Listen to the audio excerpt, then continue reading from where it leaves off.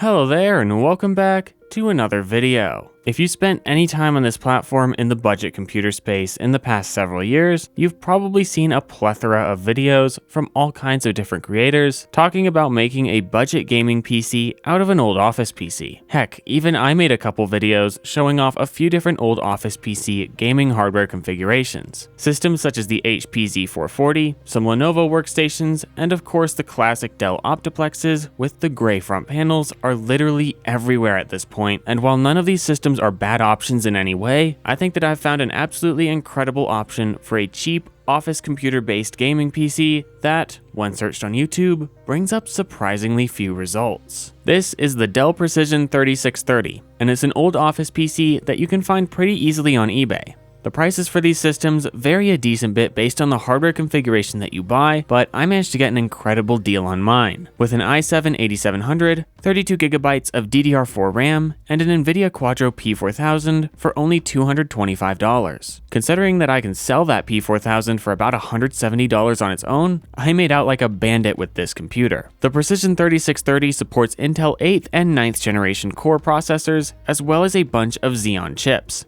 Which, by the way, if you look at their specs in relation to Core Series chips and watch the prices people are asking for on eBay, have the possibility of being exceptional bargains for the performance. Of course, support of 8th and 9th generation Intel chips is amazing because they're still quite powerful CPUs, but that's honestly not what gets me extremely excited about this computer. What does get me excited about this system is the fact that it is a modern, cheap office PC that uses standardized components. Yep, you didn't mishear that. This Dell Precision 3630 uses standard ATX PC parts. The power supply in here is a 460 watt standard ATX power supply with two PCI Express connectors on it, one 6 and one 6 plus 2 pin, and the motherboard is a standard micro ATX board, both in mounting hole locations and connectors, with the exception of a few specific peripherals such as the front panel SD card reader. But still, the main front panel I/O is completely standard, which is almost unheard of in any office PC to ever exist. Not to mention, this computer also has an absurd number of drive bays, three 3.5-inch bays to be exact. And it's got ample room for a GPU, being able to take a pretty massive card, as you'll soon see. Having this standard of a system is genuinely insane, especially with these specs and this price. I've had standard-ish Dell systems before,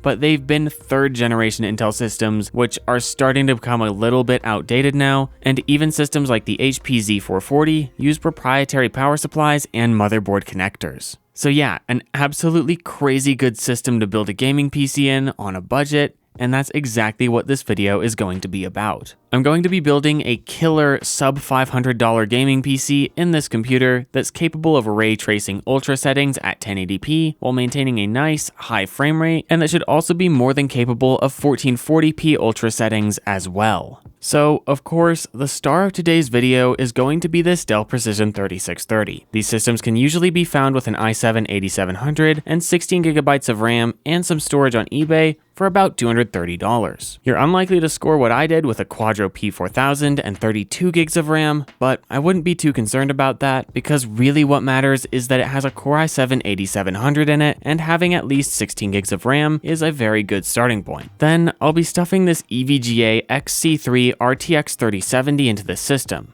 You can get 3070s for just a little over $200 now, and honestly, with this CPU, something like a 3060 Ti would probably perform about the same. And this is due to some minor CPU bottlenecking that you'll see in the benchmarks, and those cards can be found on eBay for about $200 flat any day of the week, instead of more like $230 with the RTX 3070. Then I'll put this 600 watt power supply into the system, though if you're using a 3060 Ti, I have a strong inkling that the stock 460 watt power supply will actually be sufficient. Of course, if you're going 3070 like me, buy something like a 550 watt power supply for about $40 on eBay, as that will put you well into the safe zone in terms of power headroom. And if you can't tell at this point, the overall idea behind this build is to be quite flexible. Going with something like a 3060 Ti instead of a 3070, while technically sacrificing some GPU performance, will free up a lot of budget by also not requiring that new power supply. That budget could buy you a 1TB SSD over a 500GB one, or it could even go towards a mystery component that I'll be talking about a little bit later that honestly is a really good choice to add to the system.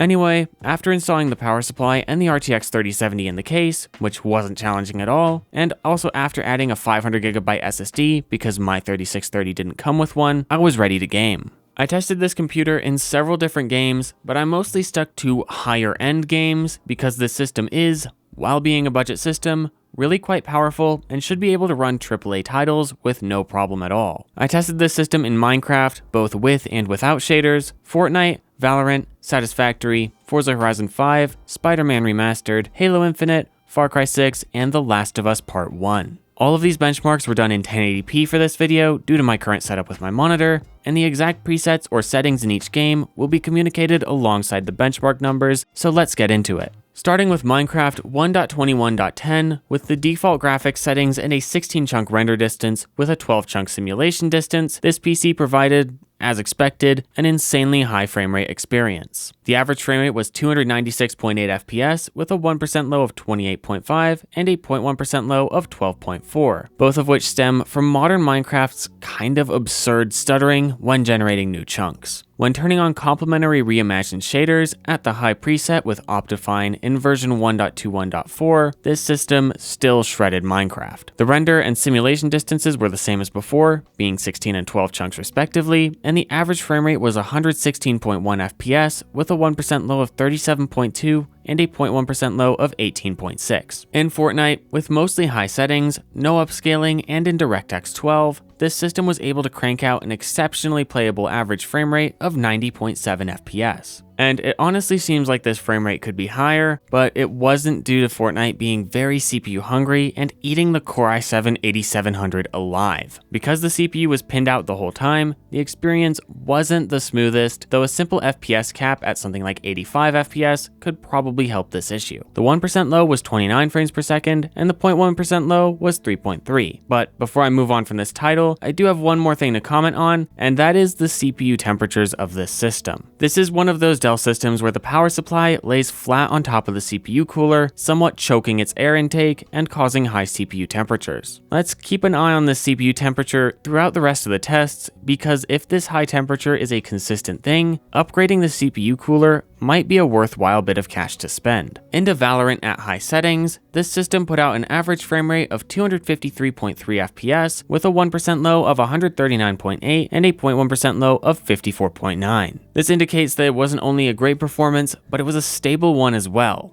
Though that still didn't help the fact that I'm absolutely terrible at this game. Now, playing Satisfactory on this system, a bit more of a CPU heavy title when you have large factories going like I do, this system still did great. Plus, this is an Unreal Engine 5 game, so it's not the easiest thing in the world to run. At the high preset, the average frame rate was 104.1 FPS with a 1% low of 13.9 and a 0.1% low of 2.3, indicating a very solid performance, though like in Fortnite, the CPU temperatures here were really bad and the chip was almost certainly thermal throttling. Also, the percentile lows were quite low, however, this is very common for Satisfactory, and I noticed these kinds of percentile lows even on really high-end systems. Moving over to Forza Horizon 5, this computer was able to manage an average frame rate of 97 frames per second at the Ultra preset with ray tracing turned off. The 1% and 0.1% lows were 66.4 FPS and 55.5 FPS respectively, showing yet another really stable performance, even though the benchmarks and report stated that the CPU was the main limitation in this game. On into the last two games that I have, before I get into a couple of games that I've done ray trace tests in as well as normal tests, let's check out Halo Infinite. In an arena map in training mode at the high preset, this system managed a frame rate of 169.6 FPS with a 1% low of 128.3 and a 0.1% low of 81.1. So not only a great frame rate for being competitive in this title, but this performance is also incredibly stable, again, perfect for a more competitive first-person shooter game such as this. In The Last of Us Part 1, running at the high preset, this system put out an average frame rate of 64.3 FPS with a 1% low of 43.3 and a 0.1% low of 35.9. I'm not surprised that this game has one of the lower frame rates out of all of them, because The Last of Us is known to be quite a heavy and poorly optimized title. However, 60 FPS in this game at 1080p high is a very solid and very usable performance. Finally, let's get into the two games that I also ran ray tracing benchmarks on with this system. I chose Spider-Man Remastered and Far Cry 6 for this because unlike games such as Forza Horizon 5, they have full ray tracing implementations that will really stress this graphics card out. In Spider-Man Remastered, at the high preset without ray tracing, this system managed an average frame rate of 91.4 FPS with a 1% low of 49.4 and a 0.1% low of 3.4. This game was exceptionally playable on this system, with a larger stutter here and there, but overall, nothing majorly problematic. How about with ray tracing on though? Well, staying at the high preset, but this time with high ray tracing settings as well, we got an average frame rate of 64.9 FPS with a 1% and 0.1% low of 38.7 and 31.8 FPS respectively. So yeah, still an incredibly solid 60 plus FPS performance. On to the final game, Far Cry 6. At the high preset and with no ray tracing, this system put out an average of 87.3 FPS with a 1% low of 66.1 and a 0.1% low of 55.2. Turning ray tracing up to high on all of its options, the average dropped to 66 FPS with a 1% low of 52.4 and a 0.1% low of 40.5. So, yet again, an incredibly playable performance at 1080p high, even with ray tracing. And now that we're at the end of all the benchmarks, I do want to note that I believe the CPU was the main limiting factor in this system. Going off of the MSI Afterburner performance metrics, it was very rare to see 100% GPU utilization, and I highly suspect that if you were able to get one of these systems with something like an i7-9700, you might see a significant performance uplift. However, those systems are way harder to find around the $230 price point, and buying a 9700 on its own will add about $120 to the price tag. Though it is possible that the old 8700 could be sold off for nearly $100 on its own, bringing the total upgrade cost down to $20. In any case, those are the main performance numbers for this system in its current configuration. And I almost left this video at that because this is what you can easily get for just under $500, and so I've done my job at showing you a good sub $500 gaming PC. But those really high CPU temperatures just didn't sit well with me, and I knew that I could probably upgrade the CPU cooler in this thing, possibly even improving performance, but definitely improving the CPU's happiness. So maybe it would be worth the extra money. That meant that I went out and I bought the official Dell upgraded cooler for this system. I could have gone with an aftermarket low profile cooler, but it would have been equally as expensive, might have run into a similar issue with its fan getting choked by the power supply, and would have required a modification to the stock socket backplate that I just didn't want to do. This cooler cost me about $50 on eBay, and it's definitely an interesting looking design. It's basically a souped up laptop cooler with 3 heat pipes, a solid looking fin stack, and a very powerful blower fan. And even though these blower fans are usually louder than more common axial fans, because of how hot this system was running before, the fans in it were really loud. This heatsink has a high likelihood of being more efficient and therefore quieter, even though it has a blower fan. So I installed it into the system, which went smoothly except for the fact that I didn't realize it completely blocks the CPU power connector when installed until after I'd installed it, and then I tested the system out. Even though the CPU still ran quite hot in this system with this cooler, I could tell that it was far more capable of taming the heat than the previous one was, and I also learned that this motherboard only gives the CPU a turbo boost power limit of 120 watts for about 30 seconds.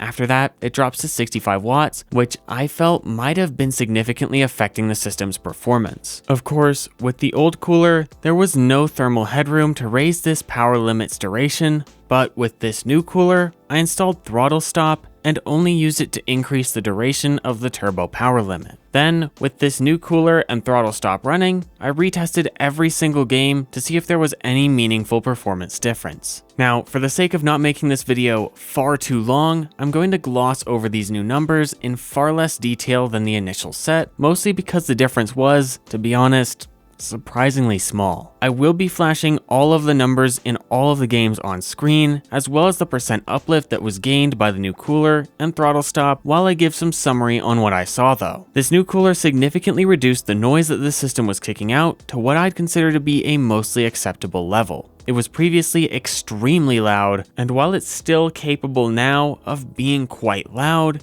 it doesn't tend to do that all the time, and only when it's doing something really intense, such as compiling shaders. Sadly, the new cooler, other than reducing noise levels and temperatures significantly, a lot of the time by 10 to 15 degrees, it hasn't managed to do much for the performance in games at all, even with the increased power limits. The average percent performance increase across all of the games tested was a whopping 4%, which is low enough to be considered mostly within margin of error. The only outlier in this data was Fortnite, which gained a whopping 21% performance increase from this upgrade. However, while being an outlier, this does make sense considering that Fortnite is the single most CPU-hungry game out of this whole test suite, as it manages to pin out the 8700 pretty much all of the time. And that leaves me with my conclusion about this system. After having tested it as thoroughly as I have, I honestly think that the best configuration for this computer to be put in for a sub $500 gaming PC would be to get a Precision 3630 with an i7 8700 and 16 gigs of RAM,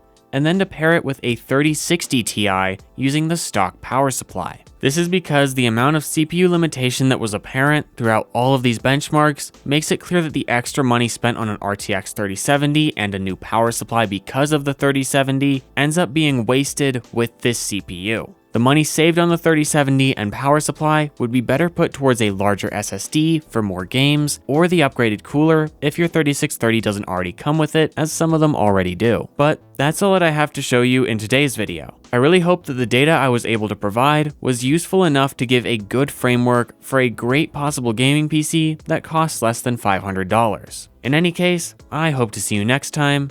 Goodbye.